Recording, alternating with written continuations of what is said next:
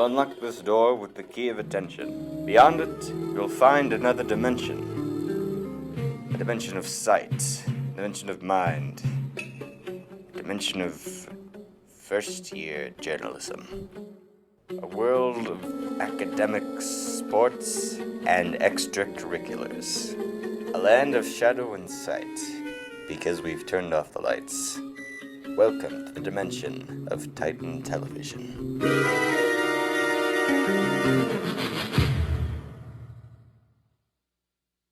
Good afternoon, Titans, and welcome to this edition of Titan Television. I'm Claire Slish. And I'm Jasmine Robinson. To start off the show, we'll bring you a story on a popular team with some recent success. The Royals have had a good start to the season with many wins. Kaylee Addison shows us what happens off the field. After last year's postseason, fans couldn't wait to see the boys in blue get back in action. While everyone's excited to watch the Royals play, it takes more than just a ball and a bat to get the season going. We pretty much worked every day and all night to get ready for it. Important events like this calls for something special. Unique items such as ice sculptures make the scene complete. So we have the logos in the ice, and then we carve large pedestals and side pieces to make it a big display. Between the planning, the carving, and the setup, it takes hours of hard work. It's pretty nuts because you've got tailgaters ordering ice sculptures, and you have ice sculptures going in the stadium, and they all have to be set before the gates open. After creating these sculptures for over a decade, Addison has found the perks of working with the Royals.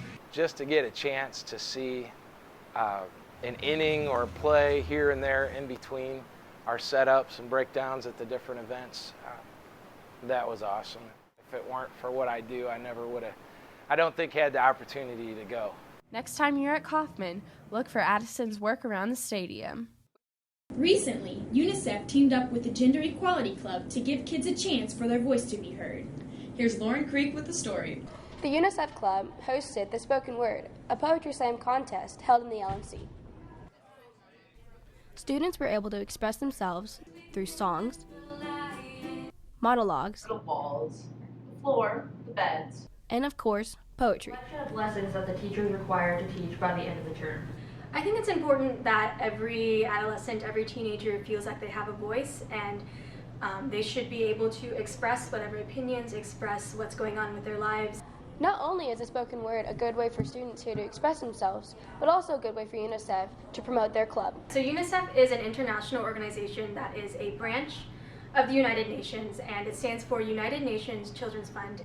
The purpose was ultimately to raise awareness for UNICEF, so with the self-filtrating water bottle, which goes along with UNICEF's idea that every child should have access to clean water.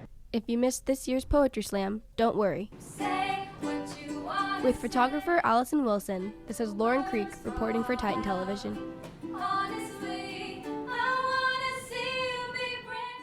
As you've probably seen around the school, the journalism program has launched a new version of lswestonline.com. It features a modern look with never-before-seen stories. You can check out our top 10 Netflix shows, entertainment articles, and vote on the poll. Also, Hy-Vee is having a journalism fundraiser from May 4th to 10th. Bring in a flyer and they'll give a percentage of the money back to the Lee Summit West Journalism Department. Flyers can be found on our website soon. Next up is Michaela Brady with a race that benefits more than just people. On your marks! Get set! Go! To kick off Autism Awareness Month, Paws for Autism hosted a 5K to raise money for children with autism. What we do is we train service dogs for youth who have autism, and also use those service dogs to help lots of local youth with their social and communication skills.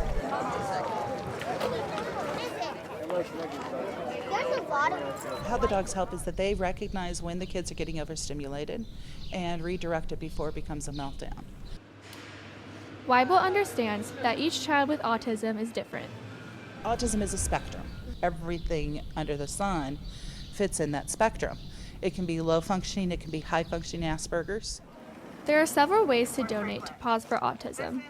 We have online donations. Our families are constantly looking at additional fundraisers. We have some families that are selling t-shirts. Students can earn community service hours by volunteering with Paws for Autism. With photographer Jana Schauber, this is Michaela Brady reporting for Titan Television. One thing is on every senior's mind right now: graduation. And as my fellow seniors know, our last year of high school can be pricey. Here's more about the cost of graduation. Graduation is just around the corner, and we asked our seniors how much senior year has really cost them.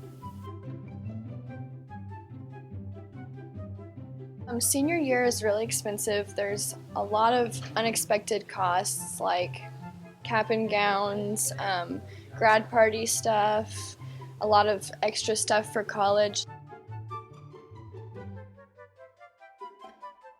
I would say the most expensive would probably be $1,000 because of all the food and everything you have to get. So it gets pretty pricey. I want to say it was like $100 for me and my brother. Senior pictures. Couldn't tell you. I definitely don't do that. If you sign up like early, it's like $40 or $50. And then if you're late, then you have like a late fee. So it's more. One is about $275 to take the test. Like $275. So if you're in like multiple IB classes, then that's a lot. Not including additional costs like prom, senior trip, and college applications, the senior year has cost about $3,500. With photographer Jasmine Robinson, this is Maddie Lassiter reporting for Titan Television. Remember, seniors, the schedule for your last day of school has changed. You will still be watching the senior video in the morning, but you will not be taking a final afterwards. Seniors will be released at 11:30. A lot more goes into making a high school film than what you might realize. Students spend countless hours filming and editing their short films. But the hard work pays off for these film students. Belle Bratton goes behind the scenes to find out more about IB film and video tech classes. Room 2081 is home to students who are passionate about broadcasting, but here, there are also students who are dedicated filmmakers. It seems like ever since I was little, I was always carrying around a video camera. Being able to tell a story and then visually show it is just taking things to a whole new level. The dedication and hard work put into each film speaks for itself. It's got to be this recent one we did this year. It's won a couple of awards. It's in the Doghouse. It's won 2 awards, 3rd place at Nationals, and just recently 1st place in Avila University. But it's not always fun and games. Definitely deadlines, if you let them get the stress too. Ultimately, all the hard work pays off. There's pros and cons to it, but it all works out in the end. To fulfill their passions, many film students plan on pursuing film as a career option. I mean, movies are obviously the dream, but I think wedding videos are so fun to me. One important thing to remember in film is to be spontaneous. Don't be afraid to pick up a camera and just mess around with it and to try different shots, different angles and stuff, because that's the only way you're ever going to learn. With photographer Bailey Bergen, this is Belle Brayton reporting for Titan Television. Now we'll send it over to Sam Stott with our Titan Sports Update. Good afternoon, Titans, and welcome to this edition of Titan Sports Update. I'm Sam Stott. Titan Baseball hit the road over the weekend to play in the River Festival tournament at Lawrence Free State High School. Their next test comes when they travel to Blue Springs South to take on their conference foe. First pitch is at 4:30. Titan Baseball will be participating in the 4th annual Blue Out on May 6th. Make sure to head out and support each team, beginning with freshmen and JV at 4, followed by varsity at 6. The boys golf team teed off at the Liberty High School tournament at Shoal Creek last Monday. They ended up finishing 3rd overall. Earlier this month, girls soccer took on Ray Peck. Here's Levi Chrisman with highlights from the game. The Titans battled against conference competitors Ray Peck. Both teams started out strong, missing many opportunities to score. Unfortunately, the Panthers struck first, just 20 minutes into the game. Just before the half ended, the Lady Titans tied up the game.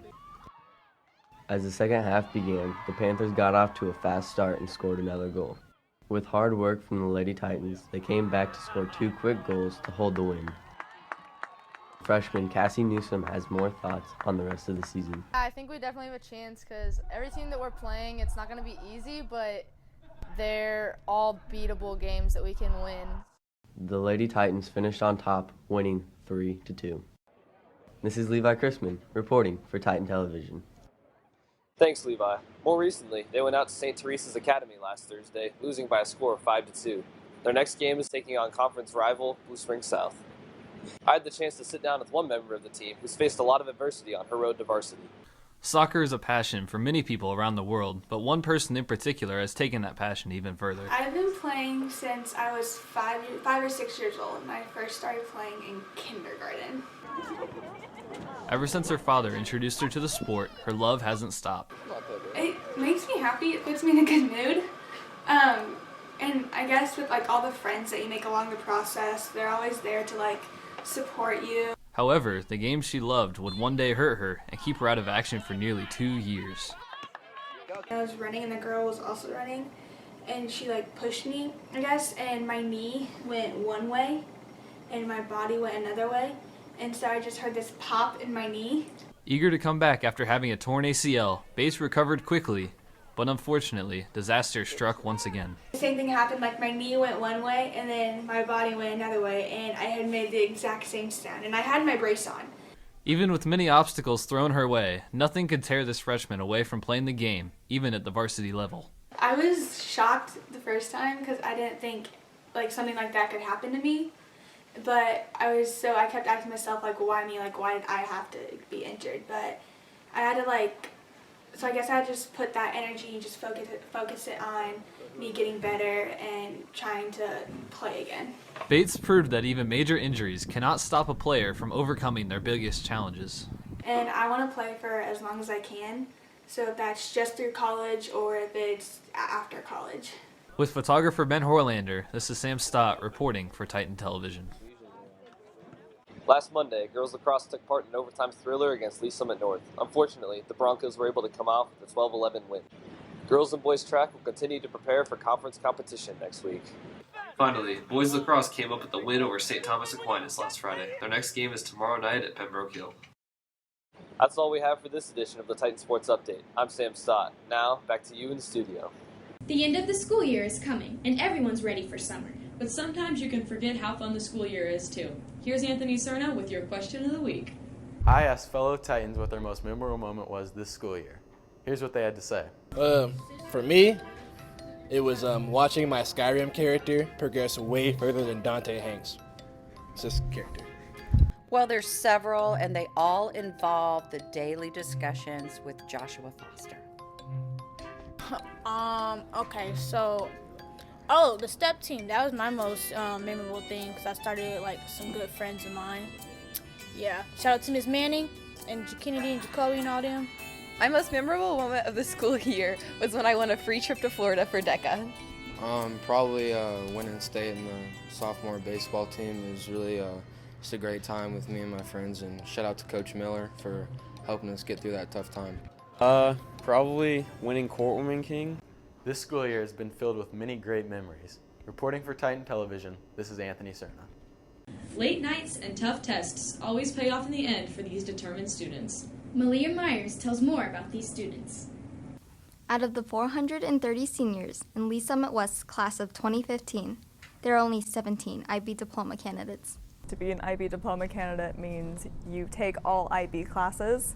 With all the advanced classes comes extra work. Sometimes you get a lot of homework, or sometimes you have none at all. If you get everything done, there's probably a couple hours of homework every night. And with extra work, students must have a drive to succeed.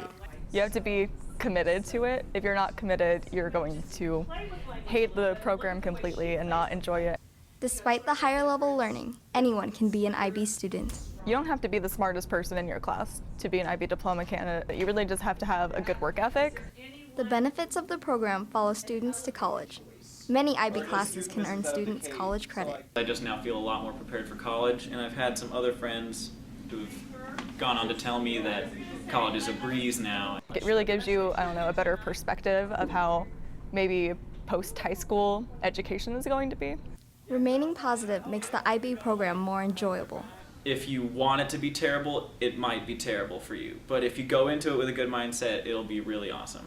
If you have any questions about this 2-year program, contact the IB coordinator, Christy Dabalos, through the Counseling Center. This is Malia Myers reporting for Titan Television. Congratulations to our Scholar Bowl team for winning districts and qualifying for state. Allison Tassay, Jared Swartz, and Alex Fleming took all district honors.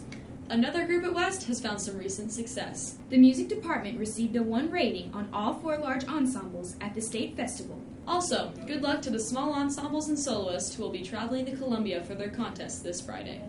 Your last chance to see all choirs will be at Friday Night Live next week. Madison Martin tells us more about this story.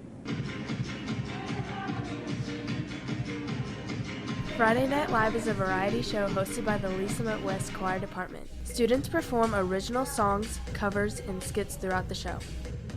It's a really cool way for kids to just kind of let their hair down at the end of the year and do something fun and non-classical music oriented. FNL is the choir department's largest fundraiser. All of the money that we raise for Friday Night Live goes back specifically for the choir department. The money raised during this event goes towards buying music, risers, and instruments for the Lee Summit West choirs. We basically use this budget to run the department after this next year.